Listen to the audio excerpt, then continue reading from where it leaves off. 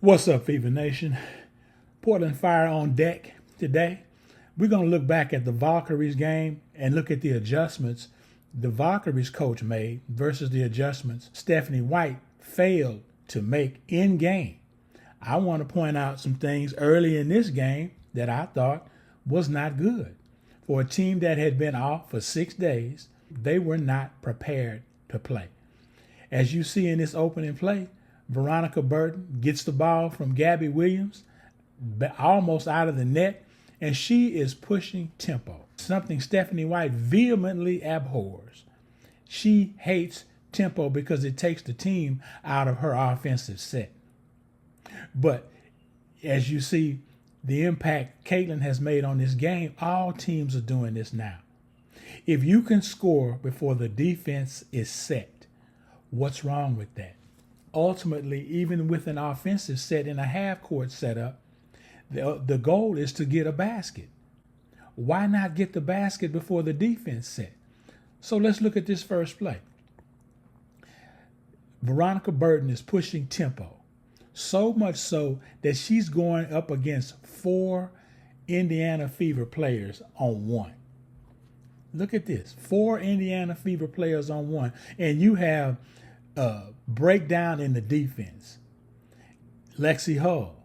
You can see the other team is trailing. They not even, most of them, all of them have probably not even crossed half court at this point. She's made up, Burton has made up her mind. She's going to the cup, all or nothing. She's going in. Now, I'm assuming Caitlin Clark is the primary defender on that as she's coming up the floor. Lexi Hull comes over too late. This play should have never gotten this deep into the paint. Number one, if the Fever were prepared to play, it should have never made it into the paint, but it did.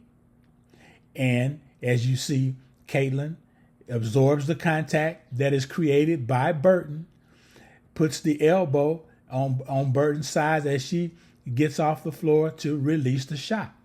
Well, the ref down under the basket thought it was enough contact to blow the whistle. Burton throws up what it appears to be a prayer. The prayer is answered. The referee blows a foul, and you have an and one situation all ready to start the game. Fever not prepared to play. Minutes, almost 2 minutes into this contest, the Fever are coming out sluggish. And how can you tell? They're not even prepared to go 4-on-1. And they let her get into the paint this far. Let's look at the next play. The best transition player in the business gets the ball out from Kelsey as quickly as they score. Now, this is on a made basket. A made basket. The other team is Cadillacing back down the floor. CC is doing what CC does, pushing tempo against the wishes of Snake and the White. Yeah, Snake and the White. Against her wishes, she's pushing the ball up the floor. Snake and the wants them to walk it up the floor, let the defense set so they can run the half-court offense.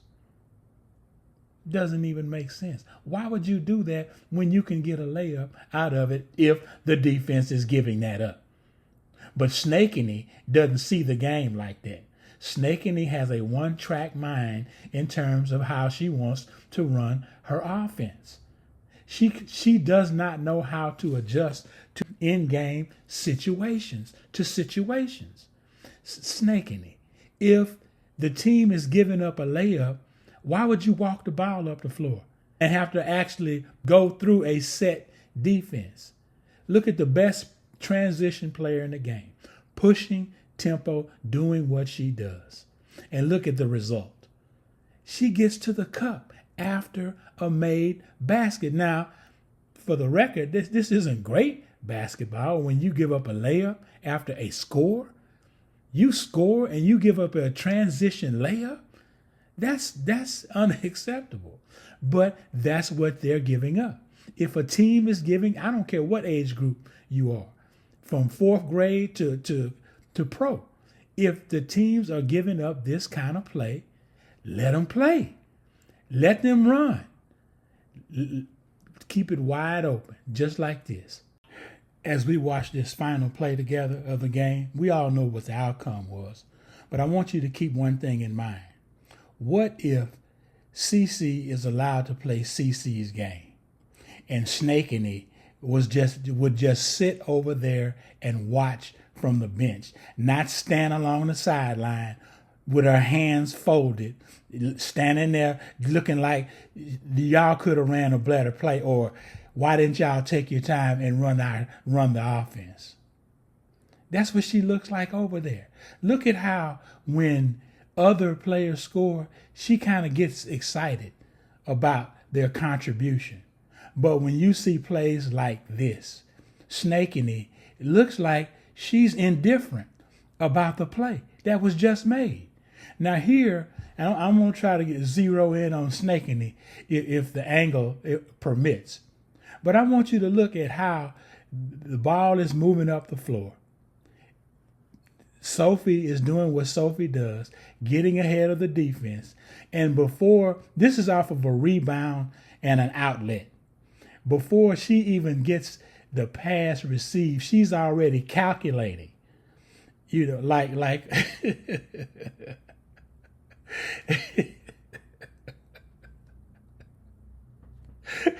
I'm dating myself, but for those of you all who remember the first Terminator, when he was zeroing in on somebody, it would get a readout on the individual's bio makeup and everything. That's what Caitlin is doing. Every time she receives the pass in transition, the best transition player in the game. And Snakeany has her on the roster and she doesn't appreciate it. She would rather Aaliyah Boston or anybody else bring the ball up the floor on a play like this, after a rebound like this. And we wouldn't even think about this now. Because it's CC doing CC things, we're getting plays like this for the record books, literally and figuratively. If CC, think if CC listened to Snakeany, she would be nowhere near these numbers in the league. It was probably a blessing in disguise that Snakeany wasn't there her rookie year. CC wouldn't have the numbers. She wouldn't have the numbers. Now, I want you to look at, are her numbers falling off from year 1 to 2 to 3? Well, we know she didn't play most of last season under Snakeany, her first season in Indiana. But think about it now. Are the numbers falling slightly off? Or are there more? Let's look at it. That's worth taking a look. Because if Snakeany, you should be making people better. They shouldn't be getting worse under your tutelage. If you're this so-called great player, great coach, like you think you are, everybody should be getting better. Everybody. Not just one player, not just, your overall 10th pick in the draft of 2026, but everybody. You should be developing the entire roster. Snakeany, that was an issue at Vanderbilt. The players spoke out and said that development was an issue. Knowing their roles was an issue. Nothing was clearly defined at Vanderbilt. Now, I'm not going to bring up the record, and we all know how that crashed out for you. And guess what? That was a teachable moment for you to learn how to adjust to players and the game. Not to go and make everyone fit your round peg into a square hole, Stephanie. Come on now. Who are you trying to prove what to? I don't know any program in the world, in this quadrant of the solar system, that's running your offense. Who's running this, Stephanie? Who is running this offense anywhere? Elementary, you name it. Show me a girls' club other than yours that you represent or sponsor is running this offense to perfection and to success and sustain success. Look at this play. Let's break it down. We get a rebound and an outlet, and before the girl even takes a dribble, she's looking up the floor. She's already dissected the whole play before she receives the pass. Look at how quick the computer is running. Look at how quick the output when she hits enter, and she don't get a lot of buffering. She gets immediate results. Sophie catches Sophie did, if every player in Caitlin's career was Sophie Cunningham, she might have 600 or 800 assists right now. I'm not saying that, well, I ain't gonna say there was that many layups and missed passes over a 3-year career that were missed, but I know it was somewhere in 100, near about 100.